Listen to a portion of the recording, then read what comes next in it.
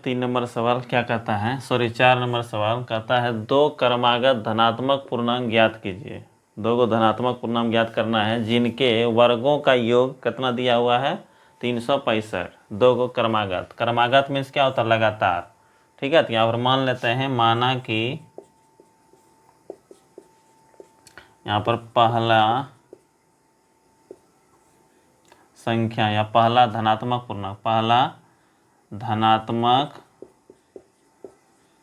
पूर्णांक बराबर x।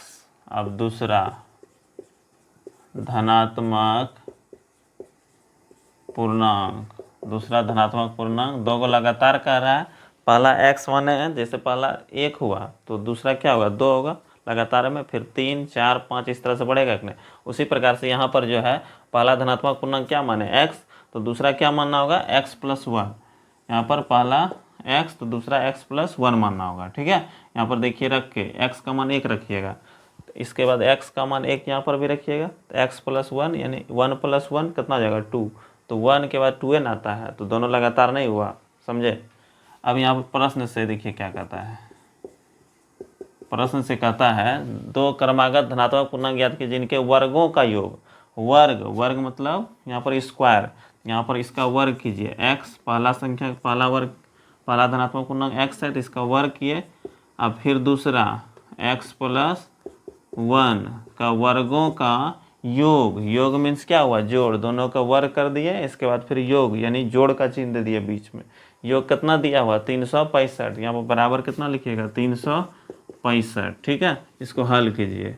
x² plus फिर यहाँ पर a + b का होल स्क्वायर, जानते हैं a² + 2ab, 2 और ax है, 1 से गुना कीजिएगा तो 1 कोई परवाह नहीं पड़ेगा, 2x + 1 का स्क्वायर यानी b²। ठीक है, इक्वल टू 365।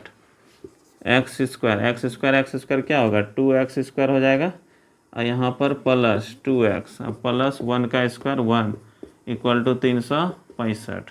यहाँ पर 2x² + 2x + 1 माइनस, इधर लेते आइएगा संख्या को, गुणनखंड तोड़ना है ना, यहाँ पर 365 इक्वल टू 0।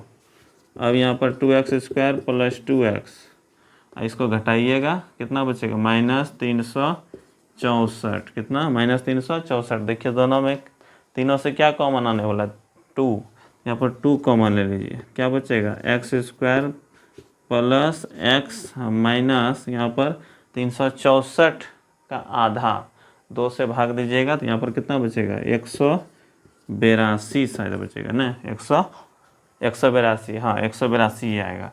अब यहाँ पर 2 इधर आ जाएगा गुना में, यहाँ गुना में है तो भाग में आ जाएगा, क्या बचेगा x² + x minus 182 equal to यहाँ पर 0/2, ये 2 भाग में आ गया, और यहाँ पर क्या हो गया x² + x minus 182 equal to 0। अब यहाँ पर जो है मेरा समीकरण ये हो गया। ठीक है, और अभी तुरंत इसको तोड़ने का तरीका बताए थे, अभी तुरंत जस्ट इसी तरह का सवाल था। यहाँ पर जो है क्या होगा x² प्लस, यहाँ पर कितना हम तोड़े थे, यहाँ पर लिख सकते हैं 14x माइनस 13x।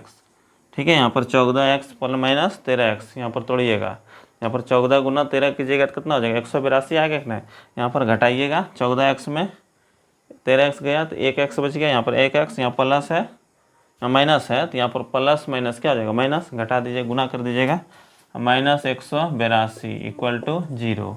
अब यहाँ पर इसको हल कीजिए, दोनों में कॉमन x + 14 फिर 13 फिर यहाँ पर x यहाँ पर +14 इक्वल टू 0।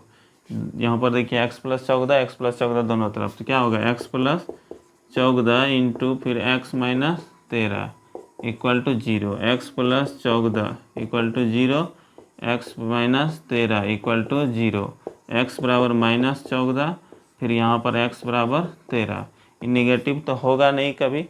यहाँ पर जो भी संख्या धनात्मक पूर्णांक, यहाँ पर क्या लिखा है दो क्रमागत धनात्मक पूर्णांक ज्ञात करना। धनात्मक मतलब ऋणात्मक नहीं लेना है, कौन सा होगा धनात्मक, बोला धनात्मक 13 है, यहाँ पर 13 लीजिएगा तो यहाँ पर क्या लिखेगा अतः पहला धनात्मक पूर्णांक बराबर 13 और दूसरा दूसरा भी कह रहा था लिख रहे, यहाँ पर देखिए लिखा हुआ है दो नोट होती है। यहाँ पर दूसरा धनात्मक पूर्णांक बराबर, यहाँ पर दूसरा क्या माने है, यहाँ पर x+1, तो यहाँ पर 13 1 14 हो जाएगा। ठीक है, इस तरह से ये भी बन गया। समझ गए होंगे, लिख लीजिए इसको।